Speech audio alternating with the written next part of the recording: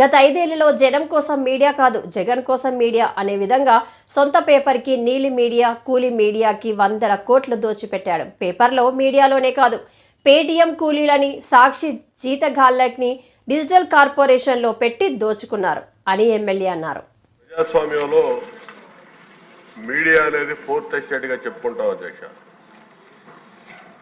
అటువంటిది మన రాష్ట్రంలో జనం కోసం మీడియా కాదు, జగన్ కోసం మీడియా అన్నట్టుగా వ్యవహరించారు అధ్యక్ష 5 ఏళ్లు. ముఖ్యంగా వాళ్ళ తండ్రి అధికారాన్ని అడ్డం పెట్టుకొని క్విట్ ప్రో కో ద్వారా వేల కోట్లు సంపాదించిన జగన్మోహన్ రెడ్డి ఆ రోజు ఎక్కడా రూపాయి పెట్టుబడి రుణం లేకుండా 1250 కోట్లు పెట్టుకొని ఒక మీడియా సామ్రాజ్యాన్ని ఏర్పాటు చేశాడు అధ్యక్ష. అదే సాక్షి మీడియా, అందరికీ తెలుసు అధ్యక్ష. ఆ సాక్షి మీడియా ద్వారా అధికారంలోకి వచ్చినాక అదే కిట్ ప్రోకోని కొనసాగిస్తూ సాక్షిని అడ్డాగా మార్చుకొని బ్లాక్ మనీని కూడా ప్రకటన రూపంలో వైట్గా మార్చుకున్నాడు అధ్యక్ష.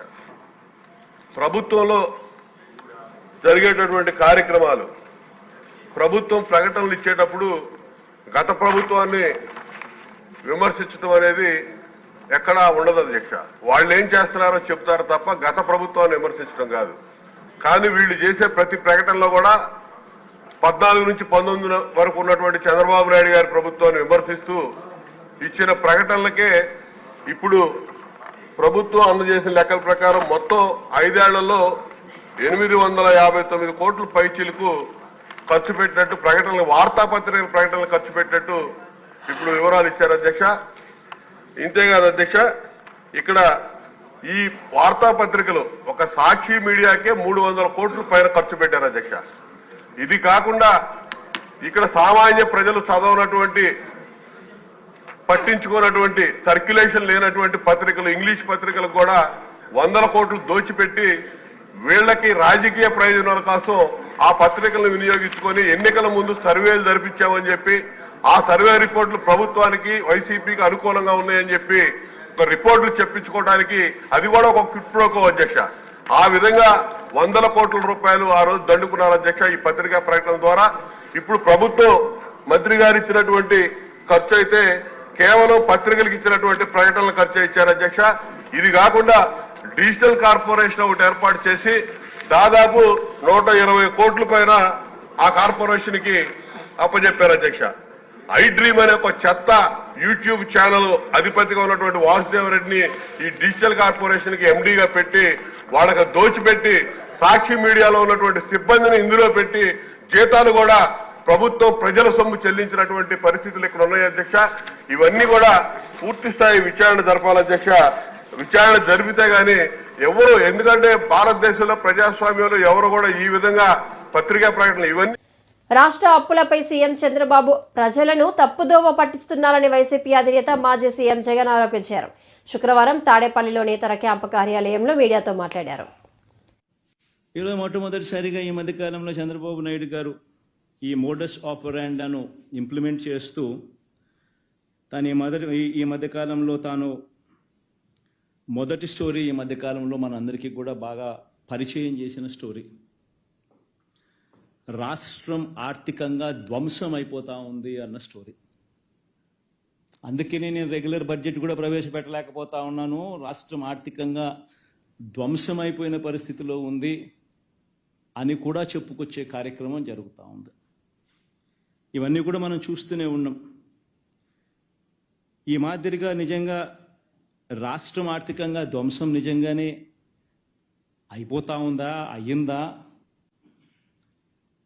అని ఒక్కసారి గమనిద్దాం. ఒకసారి నిజంగా మనం కూడా వాస్తవాలు కూడా ఒకసారి మన ద్వారా, ఎందుకనంటే ఇవన్నీ కూడా ఏమిటంటే సమస్య ఏంటంటే ఇవన్నీ కూడా ప్రజలకు తెలియాల్సిన అవసరం ఉంది, ప్రజలు ఆలోచన చేయాల్సిన అవసరం ఉంది. మరీ ముఖ్యంగా బాధ్యత కలిగిన విలేకరులుగా ఉన్న మీరు, బాధ్యత కలిగిన మీడియా హౌసెస్గా ఉన్న మీరు ప్రజల దగ్గరికి తీసుకొని పోవాల్సిన వాస్తవాలు కూడా ఇవన్నీ. నిజంగా ఒకసారి గమనిస్తే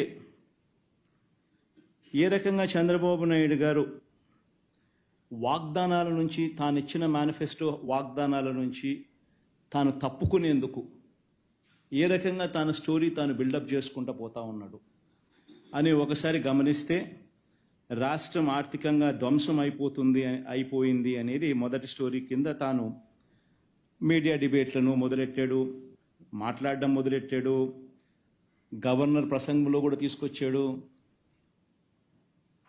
ఇవన్నీ కూడా మొదలెట్టాడు. ఒక్కసారి గమనిద్దాం. ఒకసారి ఎన్నికల దగ్గర నుంచి చంద్రబాబు నాయుడు గారు ఇంతకుముందు ఊదరగొడుతూ మాట్లాడిన మాటలు ఏమిటి? చంద్రబాబు తన మీడియా ఇద్దరు కలిసి రాష్ట్రంలో అప్పులు 14 లక్షల కోట్ల రూపాయల అప్పులు అని చెప్పి ఫస్ట్ ఊదరగొట్టారు. మీకు అందరికీ గుర్తుండే ఉంటుంది. మొత్తం అప్పులు ఏకంగా 14 లక్షల కోట్లు ఉన్నట్టు విపరీతమైన ప్రచారం చేసుకుంటూ వచ్చారు. మొట్టమొదటగా ఒకవైపున 14 లక్షల కోట్ల అప్పులు ఉన్నాయని ఒకవైపున చెప్పుకుంటూనే మరోవైపున సూపర్ 6 అన్నారు, సూపర్ 7 అన్నారు, సూపర్ 10 అన్నారు. అవన్నీ మళ్ళీ సపరేట్గా వాటికి సంబంధించిన ప్రచారం మళ్ళీ సపరేట్గా ఇచ్చుకుంటూ వచ్చారు. చివరికి చంద్రబాబు నాయుడు ముఖ్యమంత్రి అయినాడు. ఎన్నికల్లో తాను చెప్పిన మేనిఫెస్టో హామీలను అమలు చేయాలి అని చెప్పి ప్రజలందరూ కూడా అడుగుతూ ఉన్నారు. అడగడం మొదలు పెట్టేసరికి చంద్రబాబు నాయుడు గారికి మళ్ళీ ఈ 14 లక్షల కోట్లు తాను చెప్పింది గట్టిగా ముందుకు తీసుకొని పోవాల్సిన అవసరం ఉంది అని చెప్పి గోబెల్స్ ప్రచారంలో భాగంగా మళ్ళీ అడుగులు వేగంగా ముందుకు వేశాడు. కానీ వాస్తవం చెప్పాలంటే అక్కడ 14 లక్షల కోట్లు ఉందే అసలు ఫస్ట్ అప్పు లేనిది ఉన్నట్టుగా తను ఎట్ట చెప్పగలుగుతాడు? ఇప్పుడు ముఖ్యమంత్రి అయిన తర్వాత బడ్జెట్ డాక్యుమెంట్స్లో ఇవన్నీ చూపించక తప్పదు. కాబట్టి చూపించలేని పరిస్థితి వచ్చేసరికి చంద్రబాబు నాయుడు గారు పడరాని పాటలన్నీ పడతా ఉన్నాడు.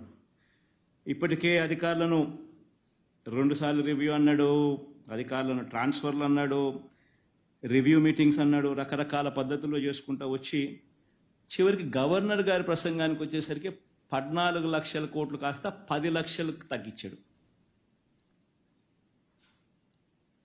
పోనీ ఆ 10 లక్షల కోట్లైనా కూడా పోనీ గవర్నర్ గారితో అయ్యన నిజాలు చెప్పించాడంటే అది లేదు. ఒకసారి నిజంగా రాష్ట్రంలో అప్పుల పరిస్థితి ఏమిటి అని చెప్పి ఒక్కసారి గమనిద్దాం. నేను చెప్పే డాక్యుమెంట్స్ అన్నీ కూడా ఆర్బీఐ, ఖాగ్, స్టేట్ బడ్జెట్ డాక్యుమెంట్స్. ఇవన్నీ చంద్రబాబు నాయుడు అనే వ్యక్తి గవర్నర్ గారితో కూడా అబద్ధాలు చెప్పించాడు. వైట్ పేపర్స్తో మరీ దారుణమైన అబద్ధాలు ఆడుతూ ఉన్నాడు.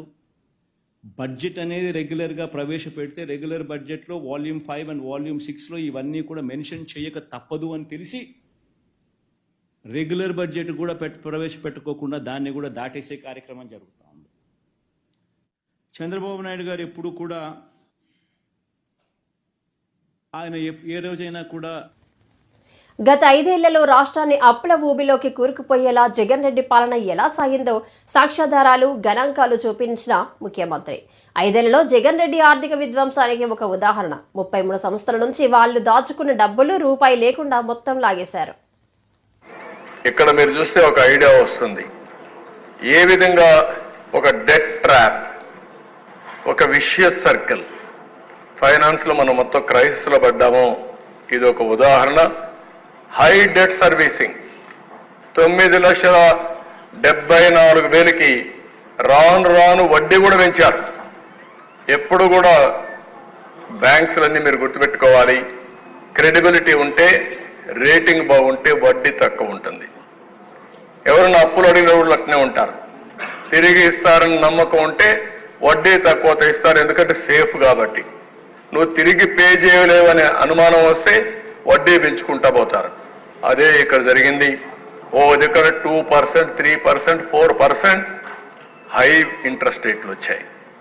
ఆ విధంగా మనకు అప్పులు కట్టడం, వడ్డీ కట్టడం చాలా సమస్యగా తయారవుతుంది. ఇంకొక పక్కన డిక్రీజ్ ఇన్ క్యాపిటల్ ఎక్స్పెండిచర్ తగ్గింది, బాగా ఖర్చులు తగ్గాయి. దీనివల్ల ప్రొడక్టివ్ ఎక్స్పెండిచర్ ఇన్వెస్ట్మెంట్లు పెట్టలేకపోయారు. దీంతో ఆదాయం తగ్గిపోయింది. మళ్ళా హైయర్ ట్యాక్సెస్కి వెళ్ళారు, మోర్ బారోయింగ్స్కి వెళ్ళారు. దానివల్ల మళ్ళా ఈ సైక్లింగ్గా పెరిగింది కానీ, క్రైసిస్ పెరిగింది కానీ సమస్య పరిష్కారం కాలేదు. దీనివల్ల మళ్ళా ఫండ్స్ డైవర్ట్ చేశారు, ఆస్తులు తాకట్టు పెట్టారు. కడాన సెంట్రల్ స్పాన్సర్డ్ స్కీమ్స్ ఏవైతే ఉన్నాయో మనం 30% పెడితే గవర్నమెంట్ 70% ఇస్తుంది. మనం 40% పెడితే వాళ్ళు 60% ఇస్తారు. మనం 40% ఇవ్వలేక 30% ఇవ్వలేక 10% ఇవ్వలేక వచ్చిన డబ్బులు డైవర్ట్ చేసి కడాన డబ్బులు కూడా వాళ్ళు ఇవ్వకుండా బ్లాక్ లిస్ట్లో పెట్టే పరిస్థితికి వచ్చారు. అది ఒక హౌసింగ్ తీసుకోవచ్చు, ఒక ఎస్సీ కార్పొరేషన్ తీసుకోవచ్చు, ఏదైనా సరే అన్నిట్లో ఇదే జరిగే పరిస్థితికి వచ్చింది. అందుకే అక్కడ ఫిస్కల్ పారామీటర్స్ మీకు కొన్ని పెట్టారు, ఎకనామిక్ ఇండికేటర్స్. ఎలక్ట్రిసిటీ డ్యూటీ మనం ఉన్నప్పుడు 6 పైసలు వేసి, తెలుగుదేశం ఉన్నప్పుడు 6 పైసలు వేసింది, ఇప్పుడు రూపాయి చేశారు. ఆ రూపాయి కూడా ఆ రోజు 6 పైసలు ఎలక్ట్రిసిటీ బోర్డే తీసుకున్నారు. వీళ్ళు వచ్చిన తర్వాత రూపాయి ఎలక్ట్రిసిటీ డ్యూటీ వేసి గవర్నమెంట్ లాగా వేసుకునే పరిస్థితికి వచ్చారు. దానివల్ల ఇంకా క్రైసిస్ పెరిగే పరిస్థితికి వచ్చింది. వాటర్ టారిఫ్ కేఎల్ ఆ రోజు 40 రూపాయలు ఉంటే ఈరోజు 120 రూపాయలు పెరిగింది. ఇంకో పక్క శాండ్ ఫ్రీ ఉంటే 475, ఆర్టీసీ బస్ రేట్లు 0.6 నుంచి 2.6 ఉంటే 0.8, 2.7. ఫిస్కల్ డెఫిషిట్ 35,000 రూపాయలు ఉంటే ఇప్పుడు 60,000 రూపాయలు, 60,000. అదే డెట్ టు జిఎస్టిపి రేషియో 44% ఉంటే 53%. ఇన్ఫ్లేషన్ 4.5 నుంచి 6.2. పర్ క్యాపిటా డెట్ 74,790 ఉంటే ఇప్పుడు 1,44,336. పర్ క్యాపిటా ఇన్కమ్ 13.2% ఉంటే 9.5% తగ్గిపోయింది. 14-15 ఆర్థిక సంఘం నిధుల కింద 2019-2024 వరకు గ్రామ పంచాయతీలకు విడుదల చేసిన నిధులు తెలియజేస్తారా అనే ప్రశ్నకు డిప్యూటీ సీఎం పవన్ కళ్యాణ్ సమాధానమిచ్చారు. 2 ఆర్థిక సంఘాలు కలిపి 8,283 కోట్ల 92 లక్షలు విడుదల కాగా ఏపీ ప్రభుత్వం మాత్రం 7,587 కోట్ల 64 లక్షలు విడుదల చేసిందని తెలిపారు. క్వశ్చన్ నెంబర్ 82 అండి, పంచాయతీరాజ్ మినిస్టర్ గారు పవన్ కళ్యాణ్ గారు. నమస్కారం అధ్యక్ష. గౌరవ సభ్యులు అడిగిన 4 ప్రశ్నలు అడిగారు అధ్యక్ష. దానిలో 14 మరియు 15 ఆర్థిక సంఘం నిధుల కింద 2019-2020 నుండి 2023-24 వరకు కేంద్ర ప్రభుత్వం నుండి విడుదలైన మరియు గ్రామ పంచాయతీలకు విడుదల చేసిన మొత్తాల వివరాలను సంవత్సర వారీగా తెలియజేస్తారని. అధ్యక్ష, సంవత్సరాల వారీగా గ్రామ పంచాయతీలకు 14 మరియు 15 ఆర్థిక సంఘం ద్వారా 2019-20 నుండి 23-24 వరకు విడుదలైన గ్రాంట్ వివరాలను ఈ విధంగా తెలియజేస్తున్నాం అధ్యక్ష. 14 ఆర్థిక సంఘం 2019-20 ఆర్థిక సంవత్సరంలో కేంద్ర ప్రభుత్వం ద్వారా విడుదలైన మొత్తం 2,336 కోట్ల 56 లక్షల అధ్యక్ష. ఆంధ్రప్రదేశ్ ప్రభుత్వం ద్వారా గ్రామ పంచాయతీలకు విడుదలైన మొత్తం 2,336.56 లక్షల అధ్యక్ష. మొత్తం 14 ఆర్థిక సంఘం 5వ సంవత్సరానికి 2019-20 2,336 కోట్ల 56 లక్షల అధ్యక్ష. అదే ఆంధ్రప్రదేశ్ ప్రభుత్వం ద్వారా కూడా గ్రామ పంచాయతీలు విడుదలైన మొత్తం 2,336 కోట్ల 56 లక్షల అధ్యక్ష. 15వ ఆర్థిక సంఘంకి సంబంధించి 2020-21 ఆర్థిక సంవత్సరానికి కేంద్ర ప్రభుత్వం ద్వారా విడుదలైన మొత్తం 1,837 కోట్ల 50 లక్షల అధ్యక్ష. ఆంధ్రప్రదేశ్ ప్రభుత్వం ద్వారా గ్రామ పంచాయతీలు విడుదలైన మొత్తం 1,837 కోట్ల 50 లక్షల అధ్యక్ష. 2021-22కి 1,338 కోట్ల 52 లక్షల అధ్యక్ష. ఆంధ్రప్రదేశ్ ప్రభుత్వం ద్వారా గ్రామ పంచాయతీలు విడుదలైన మొత్తం 1,338 కోట్ల 52 లక్షల అధ్యక్ష. 22-23 ఆర్థిక సంవత్సరానికి 1,378 కోట్ల 65 లక్షల అధ్యక్ష కేంద్ర ప్రభుత్వం నుంచి వచ్చింది. ఆంధ్రప్రదేశ్ ప్రభుత్వం ద్వారా గ్రామ పంచాయతీలు విడుదలైన మొత్తం 1,378 కోట్ల 65 లక్షల అధ్యక్ష. 23-24 ఆర్థిక సంవత్సరానికి సంబంధించి కేంద్ర ప్రభుత్వం ద్వారా విడుదలైన మొత్తం 1,392 కోట్ల 69 లక్షల అధ్యక్ష. ఆంధ్రప్రదేశ్ ప్రభుత్వం ద్వారా గ్రామ పంచాయతీలకు విడుదలైన మొత్తం 696 కోట్ల 41 లక్షల అధ్యక్ష. మొత్తం 15వ ఆర్థిక సంవత్సరానికి సంబంధించి 5,947.36 లక్షలు విడుదల చేసింది అధ్యక్ష. ఆంధ్రప్రదేశ్ ప్రభుత్వం ద్వారా గ్రామ పంచాయతీలకి విడుదలైన మొత్తం 5,251.8 లక్షల అధ్యక్ష. ఈ 14 మరియు 15 ఆర్థిక సంఘం వెరసి మొత్తం 8,283.92 లక్షలు విడుదల చేశారు అధ్యక్ష.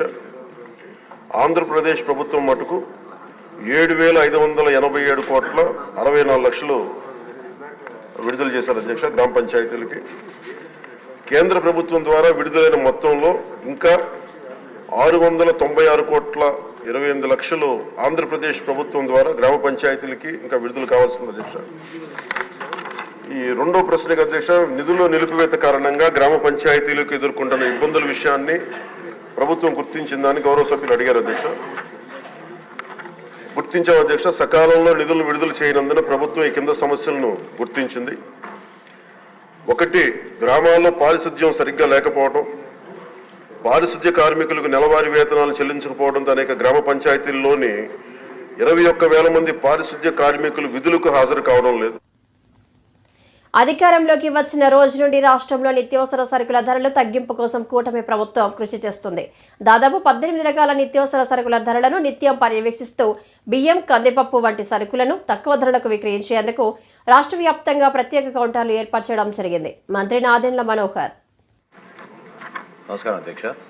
మా సివిల్ సప్లైస్ డిపార్ట్మెంట్ నుంచి ప్రతిరోజు ఒక డైలీ ట్రెండ్ మేము ఫాలో అవుతాం అధ్యక్ష. ఏ విధంగా సరుకుల ధరలు మేము పర్యవేక్షించి అనేక ప్రాంతాల్లో ధరలు ఏ విధంగా ఉన్నాయో దానిపైన స్పష్టమైన అవగాహన వచ్చే విధంగా మేము 18 సరుకులని ప్రతిరోజు కూడా 77 రెవెన్యూ డివిజన్ నుంచి, ప్రతి రెవెన్యూ డివిజన్లో ఆ మండల హెడ్ క్వార్టర్ నుంచి దాదాపు 154 సెంటర్ల నుంచి మేము ఈ సమాచారం సేకరిస్తూనే ఉంటాం అధ్యక్ష. ఎకనామిక్స్ అండ్ స్టాటిస్టిక్స్ డిపార్ట్మెంట్ దీనికి సహకరిస్తుంది.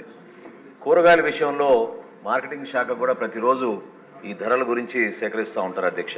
దీంతో పాటు కేంద్ర ప్రభుత్వం కూడా ఒక యాప్ డిజైన్ చేశారు అధ్యక్ష. అది మన రాష్ట్రంలో 5 ప్రాంతాల్లో విజయవాడ, విశాఖపట్నం, తిరుపతి, కర్నూలు, జమ్మలమడుగు ఈ 5 ప్రాంతాల్లో కూడా ఈ యాప్ ఉపయోగించి సమాచారాన్ని ప్రతిరోజు కూడా కేంద్ర ప్రభుత్వం ఏర్పాటు చేసిన పోర్టల్లో అప్లోడ్ చేస్తూ ఉంటాం అధ్యక్ష. ధరల పెరుగుదలని అరికట్టడానికి మేము తీసుకున్న కొన్ని చర్యల గురించి గౌరవ సభ్యులందరూ కూడా వివరించాలి అధ్యక్ష. ఎందుకంటే మన ప్రభుత్వం వచ్చిన తర్వాత ముఖ్యమంత్రి గారు ఇది చాలా కీలకమైన అంశం. దీని గురించి మార్కెటింగ్ శాఖ మరియు సివిల్ సప్లై శాఖ ఇద్దరు కూడా కూర్చుని మాట్లాడి రాష్ట్రంలో వినియోగదారులకి ఇబ్బంది కలగకుండా మనం వెసులుబాటు కల్పించాలని ఆయన ఆదేశాల మేరకు జూలై 8వ తారీఖున ఒక మీటింగ్ ఏర్పాటు చేశాం అధ్యక్ష. ఈ సమావేశంలో హోల్సేల్ డీలర్స్, బిగ్ రీటైలర్స్ అధ్యక్ష, అంటే మన డిమార్ట్, రిలయన్స్ వంటి పెద్ద సంస్థలను కూడా ఆహ్వానించి వివిధ జిల్లాల నుంచి రైస్ మిల్లర్స్ అసోసియేషన్, అదేవిధంగా ఏపీ ఛాంబర్ ఆఫ్ కామర్స్ నుంచి అక్కడున్న గౌరవ సభ్యులందరినీ కూడా ఆహ్వానించి రాష్ట్ర వ్యాప్తంగా మన ప్రభుత్వం వచ్చిన తర్వాత కొన్ని చర్యలు తీసుకోవాల్సిన అవసరం ఖచ్చితంగా ఉంది. ప్రజలకి వెసులుబాటు మనం కల్పించాలనే ఆలోచనతోటి వాళ్ళతో చర్చించినప్పుడు వాళ్ళందరూ కూడా అంగీకరించి ప్రత్యేకంగా మనం కొన్ని సరుకుల పైన వాళ్ళు రాష్ట్ర వ్యాప్తంగా ఒకే రేటు తీసుకొస్తామనే ఆలోచన వాళ్ళు కూడా అంగీకరించారు అధ్యక్ష. అందులో భాగంగా రెడ్ గ్రామ్ విషయంలో దేశవాళీ అనే ఒక వెరైటీ ఉంటుంది అధ్యక్ష. దాన్ని 181 రూపాయలు ప్రస్తుతం ఆ రోజున రాష్ట్రంలో అమ్ముతూ ఉంటే చిత్తూరు నుంచి శ్రీకాకుళం వరకు ఒకే రేట్లో 160 రూపాయలు పర్ కిలో చొప్పున కందిపప్పును అమ్ముదామని ఆ రోజు ఒక నిర్ణయానికి వచ్చాం అధ్యక్ష. అదేవిధంగా steam rice super fine variety Sona Masuri అంటారు అధ్యక్ష. అది 55 రూపాయలు 85 పైసలు ఉంటే ఆ రైస్ని కూడా వాళ్ళు 5 ఏళ్లలో 20 లక్షల ఉద్యోగాలు ఇచ్చే బాధ్యత మాది. వచ్చిన 20 రోజుల్లోనే 16,000 పోస్టులతో మెగా డిఎస్సీ ఇచ్చాం. విద్యా కానుకతో గత ప్రభుత్వం చేసిన కుంభకోణంపై విచారణ చేపడతాం. స్కూల్ బ్యాగులపై, పుస్తకాలపై, బెల్టుల పైన వైసీపీ రంగులు అవసరం లేదు. ఇవన్నీ పిల్లలకు ఇన్స్పిరేషన్గా ఉండేలా డిజైన్ చేస్తాం. మంత్రి నారా లోకేష్. జనరల్గా ఆగస్ట్ మాసం అంటే వచ్చే సంవత్సరానికి ఈ ఆగస్టులో ఈ procurement and supply of school kits మొదలవుతుంది అధ్యక్ష. ప్రధానంగా ఏంటంటే ఏ స్కూల్లో ఎంతమంది విద్యార్థులు ఉన్నారు, గ్రోత్ ఉంటుందా లేదా అనేది 4th వీక్ ఆఫ్ ఆగస్ట్ మనం కనుక్కుంటాం. దాని తర్వాత అడ్మినిస్ట్రేషన్ శాంక్షన్స్ అన్ని చేసి అక్టోబర్లో టెండర్ ఫ్లోట్ చేస్తాం. దాని తర్వాత నెగోసియేషన్స్ అంతా చేసి వర్క్ ఆర్డర్స్ జనవరిలో ఇష్యూ చేసి మన పిల్లలు విద్యార్థులు స్కూల్కి వెళ్ళే సమయానికి కిట్స్ రెడీగా పెడతారు. That is the process. అంటే గత ప్రభుత్వానికి చాలా సమయం ఉంది. కానీ గత ప్రభుత్వం ఏం చేసిందంటే 24-25 వచ్చేగల ఏకపక్షంగా బిజినెస్ రూల్స్ పాటించకుండా ఎలాంటి ఫైనాన్స్ కంకరెన్స్ లేకుండా ఆర్డర్స్ జారీ చేసింది. ఇది వాస్తవం నాకు తెలియలేదు అధ్యక్ష, ఈరోజు తెలుసుకున్నాను. పెద్దలు ప్రశ్న వేశారనుక వాసన ఇది ఈరోజు బయటకు వచ్చింది. తర్వాత నేను లోపలికి వెళ్తే 1530 రూపాయలు పర్ స్టూడెంట్ ఖర్చు పెట్టేది ఎందుకు 2702 రూపాయలు అయిందంటే అధికారుల దగ్గర నుంచి సరైన సమాధానం, అంటే నేనైతే ఆ సమాధానం సంతృప్తి చెందలేదు. అది మ్యాటర్ ఆఫ్ ఫ్యాక్ట్. దాంట్లో భాగంగా షూస్కి వచ్చేగల సైజ్ మిస్ మ్యాచ్ అనేది ఉంది అధ్యక్ష. జనరల్గా పిల్లలు పెరిగే వయసు కనుక కొంచెం మిస్ మ్యాచ్లు ఉంటే కాదని నేను అనట్లేదు. అదే స్కూల్లో కానివ్వండి, మండల్ స్థాయిలో జిల్లా స్థాయిలో రీప్లేస్మెంట్ ఆప్షన్ ఇచ్చాం. సో ఆ ప్రాబ్లం ప్రాబ్లం లేకుండా చేస్తాం. బ్యాగ్స్కి వచ్చేగల నాణ్యత లేదనేది పెద్దలు చెప్పారు, అది ఫీల్డ్లో కూడా కంపడింది. చాలా ఆర్టికల్స్ కూడా దీనిపైన వచ్చినాయి. దాంట్లో 2 విషయాలు. ఒకటి, గత ప్రభుత్వ అనాలోచన వల్ల బైలింగ్వల్ టెక్స్ట్ బుక్స్ అని ఇంగ్లీష్ మీడియం అన్నారు, అలానే ఇంగ్లీష్ మీడియం కమిట్ అవ్వలేదు అధ్యక్ష. సో ప్రతి టెక్స్ట్ బుక్స్లో ఒక పక్కన తెలుగు ఉంది, ఇంకో పక్కన ఇంగ్లీష్ ఉంది. అంటే వెయిట్ పెరిగింది అధ్యక్ష. పిల్లలు 10 నుంచి 12 కేజీ కన్నా ఎక్కువ బరువు మోయకూడదు అనేది చాలా క్లియర్ రూల్స్ ఉన్నా దాదాపు 20 కేజీలు మోస్తున్నారు బరువు. దానికి ప్రధానమైన కారణం బైలింగ్వల్ టెక్స్ట్ బుక్స్. సో ఈ బైలింగ్వల్ టెక్స్ట్ బుక్స్ ఏం చేయాలనేది కూడా మేము డిస్కస్ చేస్తున్నాము. అంటే ఎట్లా తీసుకెళ్ళాలి ఇది ముందలకనేది మేము డిస్కస్ చేస్తున్నాం అధ్యక్ష. అంతేకాకుండా అధ్యక్ష, యూనిఫామ్స్కి వచ్చేగల స్టిచ్చింగ్ ఛార్జెస్ కూడా 22-23 అకాడమిక్ ఇయర్ నుంచి పెండింగ్ ఉన్నాయి అధ్యక్ష. స్టిచ్చింగ్ ఛార్జెస్ కూడా పెండింగ్ ఉన్నాయి.